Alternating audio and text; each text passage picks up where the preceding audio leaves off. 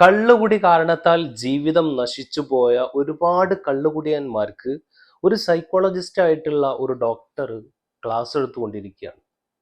2 മണിക്കൂറിന്റെ ക്ലാസ്സാണ്.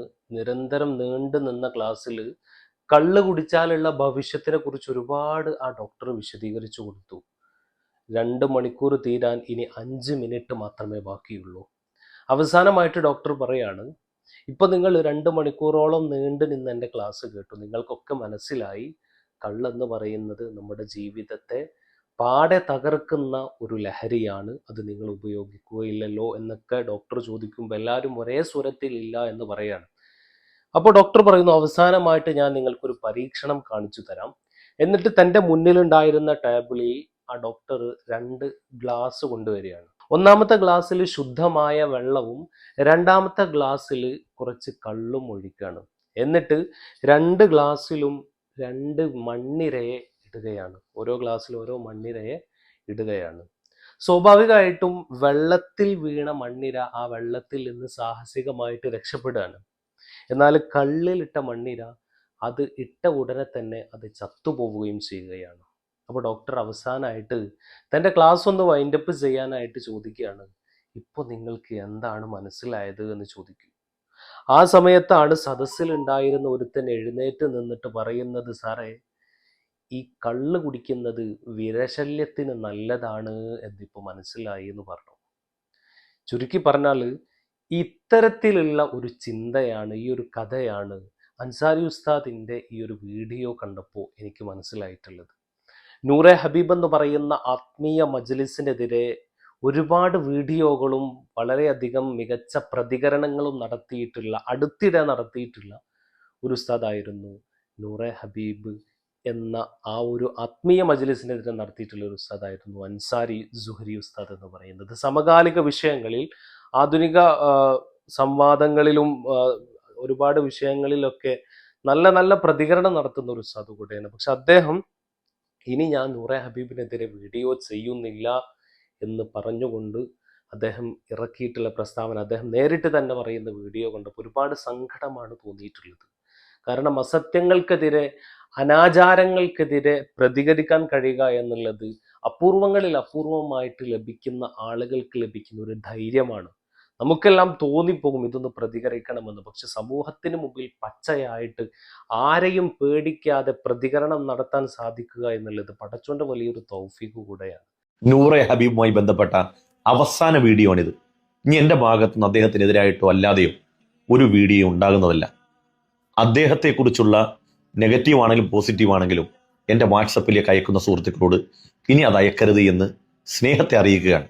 അദ്ദേഹത്തെ സ്നേഹിക്കുന്ന ആവാല വൃന്ദം ജനങ്ങളുണ്ടല്ലോ, അവർക്കാർക്കെങ്കിലും അദ്ദേഹത്തിനെതിരെ പറഞ്ഞ ഘട്ടത്തിൽ എൻ്റെ ഏതെങ്കിലും ഒരു വാക്കുകൊണ്ട് വേദന ഉണ്ടായിട്ടുണ്ടെങ്കിൽ സദയം ക്ഷമ ചോദിക്കുകയാണ്. ഇത് കേൾക്കുന്ന അനുവാചകരായിട്ടുള്ള ആളുകളിൽ ആരെങ്കിലും വിചാരിച്ചിട്ടുണ്ടാകും ഈ ഉസ്താദിന് ധനസഹായം വല്ലതും കിട്ടിക്കാണും അല്ലെങ്കിൽ ഭീഷണി ഉണ്ടായിക്കാണുമെന്ന്. എങ്ങനെ വിചാരിക്കാനും നിങ്ങൾക്ക് സ്വാതന്ത്ര്യമുണ്ട്. പക്ഷെ ഒരു കാര്യം മനസ്സിലാക്കുക, ഞാൻ ഇക്കാലം അത്രയും അദ്ദേഹത്തെ നിരീക്ഷിച്ച് പരീക്ഷിച്ചിടത്തോളം എനിക്ക് മനസ്സിലായ ഒരു കാര്യം നിങ്ങളോട് പങ്കുവെക്കുകയാണ്. ഈ അവിചാരിതമായ അപകടത്തിലേക്ക് പോകുന്ന മനുഷ്യരെ എന്തെങ്കിലുമൊക്കെ പറഞ്ഞു ചെയ്ത് നമുക്ക് അതിൽ നിന്ന് പിന്തിരിപ്പിക്കാൻ കഴിയും, രക്ഷപ്പെടുത്താൻ കഴിയും. പക്ഷേ ഒരാൾ സ്വമനസ്സാലെ ആത്മഹത്യ ചെയ്യാൻ വേണ്ടി ദൃഢമായി തീരുമാനമെടുത്താൽ അവരെ രക്ഷിക്കുക എന്നുള്ളത് ശ്രമകരമായ കാര്യമാണ്. അതുപോലെ ആദർശപരമായ ആത്മഹത്യക്ക് സർവസന്നദ്ധമായി നിൽക്കുന്ന ഒരു കൂട്ടം ജനങ്ങളെ അതിൽ നിന്ന് പിന്തിരിപ്പിക്കുക എന്നുള്ളതും ശ്രമകരമായ കാര്യമാണ്. എന്നിരുന്നാലും എന്നെ കേട്ടുകൊണ്ടിരിക്കുന്ന വിശ്വാസികളിൽ ആർക്കെങ്കിലും ഒന്ന് ബോധ്യപ്പെടട്ടെ എന്ന് വിചാരിച്ച് അവസാനമായി ഒന്നേ പറയാനുള്ളൂ. നിങ്ങൾക്ക് അല്ലാഹ് ഉണ്ടെന്ന് വിശ്വാസമുണ്ടോ? ഖബറും മഹ്ശറയിലും ഒക്കെ നിങ്ങൾക്ക് വിശ്വാസമുണ്ടോ? അള്ളാഹിന്റെ മുമ്പിൽ പോയി നിൽക്കേണ്ടി വരുമെന്നുള്ള വിശ്വാസം നിങ്ങൾക്കുണ്ടോ? ഹിസാബ് നേരിടേണ്ടി വരുമെന്നുള്ള വിശ്വാസം നിങ്ങൾക്കുണ്ടോ? എങ്കിൽ നിങ്ങളോട് ഈ എളിയവനായ വിദ്യാർത്ഥിയായ എനിക്ക് ഒന്നേ പറയാനുള്ളൂ, നിങ്ങൾ സൂക്ഷിക്കണം. ഒരവസരമേ ഈ ദുനിയാവിലുള്ളൂ, ഒരവസരം മാത്രമേ ഈ ദുനിയാവിലുള്ളൂ. ഇവിടുന്ന് പോയാൽ ഇനി ഒരു തിരിച്ചു വരവ് നമുക്കില്ല. ഈ പരീക്ഷ ഹാളിൽ നിന്ന് 100 മാർക്ക് മേടിച്ച് രക്ഷപ്പെടുന്നവനെ അള്ളാഹിന്റെ മുമ്പിൽ രക്ഷപ്പെടാൻ കഴിയുള്ളൂ. അതിനെന്ത് വേണം? അള്ളാഹു തആല നമ്മുടെ ഹൃദയത്തിൽ കത്തിച്ചു വെച്ച ഈമാന്റെ തിരുനാളം കെടാതെ മരണമാകുന്ന ബോർഡറിലേക്ക് നമ്മൾ എത്തണം. നിങ്ങൾ ഈ നാരങ്ങ സ്പൂണ് മത്സരം കണ്ടിട്ടില്ലേ? ആദ്യം മൂടി എത്തുക എന്നുള്ളതല്ല, എത്തുമ്പം അവൻ്റെ സ്പൂണിൽ നാരങ്ങ ഉണ്ടാകുക എന്നുള്ളതാണ് വിജയിക്കുള്ള മാനദണ്ഡം. എന്ന് പറഞ്ഞതുപോലെ മരിക്കുക എന്നുള്ളതല്ല, മരിക്കുമ്പോൾ ഈമാൻ ഉണ്ടാകുക എന്നുള്ളതാണ് പ്രധാനപ്പെട്ട കാര്യം. അതുകൊണ്ട് അവസാനമായി ഒരു കാര്യം കൂടി നിങ്ങളെ ഓർമ്മപ്പെടുത്തുകയാണ്. ഇത് കണ്ടുകൊണ്ട് നിങ്ങൾ തീരുമാനിക്കണം ഇനി മുന്നോട്ട് പോകണോ വേണ്ടേ എന്നുള്ളത്. കണ്ടോളി. കൊടിമരം കാണാനും പൈസ ഇടാനും ഞങ്ങളെ വിശ്വാസമാണ്. ഞങ്ങളിടും. ഞാൻ പറഞ്ഞിടാൻ പറ്റൂല. ഞങ്ങളെ വിശ്വാസം ഞങ്ങളിടും. ഞങ്ങൾ ആരാധിക്കണമെന്നില്ല, ഞങ്ങൾ ഈ പൈസ ഇടും. കണ്ടല്ലോ നിങ്ങൾ ആദ്യം പറഞ്ഞത് കൊടിമരത്തെ ഞങ്ങൾ ആരാധിക്കുന്നില്ലല്ലോ എന്നാ പറഞ്ഞു. ഇവിടെ ചികിത്സക്ക് വരലുണ്ട്. അപ്പൊ ചില ആളുകൾ എന്ത് ചെയ്യുന്നുണ്ട്, ഈ കൊടിമരം കെട്ടിപ്പിടിച്ചിട്ട് എന്തുണ്ട് വലിയ രീതിയിൽ ആരാധിക്കുക. പിന്നെ പറഞ്ഞത് ആളുകൾ അത് കെട്ടിപ്പിടിച്ച് ആരാധിക്കുന്നുണ്ട് എന്നുള്ളത്. വിഷയത്തിന്റെ ഗൗരവം നിങ്ങൾക്ക് മനസ്സിലാകുന്നുണ്ടോ? ഇതുപോലെ തന്നെ കൊടിമരത്തിൽ പണമിടാൻ പാടില്ല എന്ന് എന്നോട് പറഞ്ഞിട്ടുണ്ട് ഫോണിൽ. അത് ഞാൻ കണ്ടില്ല എന്ന് പറഞ്ഞു. ഇപ്പൊ പറഞ്ഞതോ ഞങ്ങളിടും, ഇനിയിടും, അത് ഞങ്ങളുടെ വിശ്വാസമാണെന്ന്. ഇനി നിങ്ങളാണ് തീരുമാനം എടുക്കേണ്ടത്. ഒന്നും നിങ്ങളോട് പറയാനില്ല. ഈ അവസരത്തിൽ ഒരു കാര്യം കൂടി പറഞ്ഞുകൊണ്ട് ഞാൻ നിർത്തുകയാണ്. ഞാൻ ഇന്നൊരാളുടെ പുസ്തകം വായിച്ചു, എല്ലാം നല്ലതിനാണ് എന്നുള്ള പുസ്തകം.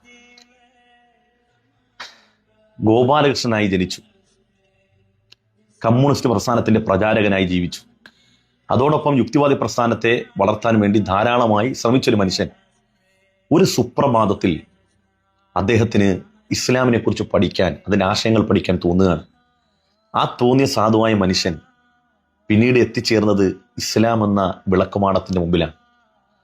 ആ ഇസ്ലാം സ്വീകരിച്ചതിന്റെ പേരിൽ അദ്ദേഹം അനുഭവിച്ച വേദനകളെക്കുറിച്ച് അദ്ദേഹം എഴുതി വെച്ചപ്പോൾ അദ്ദേഹത്തിന്റെ ഒറ്റപ്പെടലും അദ്ദേഹം നിസ്കരിക്കാൻ വേണ്ടി അദ്ദേഹം തിരഞ്ഞെടുത്ത അല്ലെങ്കിൽ സമയങ്ങളും, അതോടൊപ്പം തന്നെ പകൽ വെളിച്ചത്തിൽ ഉതുവെടുക്കാൻ വരെ ഭയപ്പെട്ടിട്ട് രാത്രിയുടെ യാമങ്ങളിൽ നമസ്കരിക്കാൻ വേണ്ടി അദ്ദേഹം എടുത്ത എഫോർട്ടുകളൊക്കെ കണ്ടപ്പോൾ ഞാനിങ്ങനെ ചിന്തിച്ചു പോയി.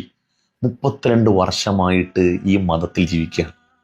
ഇന്ന് വരെ ഈ വിശ്വാസത്തിന്റെ പേരിൽ ഒരു ഒരു ഒരു മുട്ടുസൂചി കൊണ്ടുപോലും ഒരു കുത്ത് നമുക്ക് കിട്ടിയിട്ടില്ല എന്നിങ്ങനെ ഒരിക്കൽ പോലും ഈ മതം വിശ്വസിച്ചതിന്റെ പേരിൽ ഒരിക്കൽ പോലും ഒരു വേദന അനുഭവിക്കേണ്ടി വന്നിട്ടില്ല.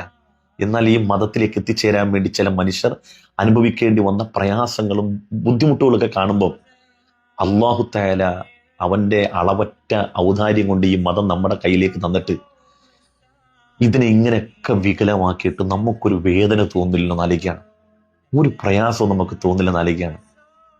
അതുകൊണ്ട് എനിക്ക് അവസാനമായി പറയാനുള്ളത്, അള്ളാഹിന്റെ മുമ്പിൽ പോയി നിൽക്കേണ്ടി വരുമെന്നുള്ള ബോധവും ബോധ്യവും വേണം.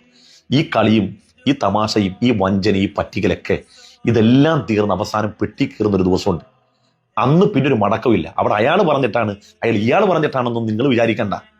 അള്ളാഹിന്റെ കോടതി നമ്മൾ രക്ഷപ്പെടില്ല. അതുകൊണ്ട് മരിക്കുന്നതിന് മുമ്പ് ചിന്തിക്കേണ്ട ഒരു കാര്യം, എങ്ങനെങ്കിലും മരിച്ചാൽ പോരാ, ഈമാനോടുകൂടി മരിക്കണം. ഈമാനോടുകൂടി മരിക്കാൻ എന്ത് വേണം? തഖ്വയോടുകൂടി ഈമാനോടുകൂടി ജീവിക്കുക എന്നുള്ളതാണ്. ആരെങ്കിലും വാക്ക് കേട്ട് വഞ്ചിക്കപ്പെട്ട് തനിച്ച കുഫ്രിയത്ത് കൽബിൽ കയറ്റി തോന്നിവാസിയായിട്ട് ജീവിക്കരുത്. അള്ളാഹു നമുക്ക് ഈമാൻ തരട്ടെ. അള്ളാഹു നമ്മുടെ ആഖിബത്ത് നന്നാക്കി തരട്ടെ. ഞാൻ പറഞ്ഞതിൽ ആർക്കെങ്കിലും വേദനയും വിഷമം ഉണ്ടായിട്ടുണ്ടെങ്കിൽ നിങ്ങൾ ക്ഷമിക്കുക. ആരെയും ആക്ഷേപിക്കാൻ വേണ്ടിയൊന്നുമല്ല. കേൾക്കുമ്പോൾ ചില കളവുകളൊക്കെ കേൾക്കുമ്പോൾ സങ്കടം വന്നിട്ട് പറയാണ്. അസ്സലാമു അലൈക്കും വറഹ്മത്തുള്ളാഹി.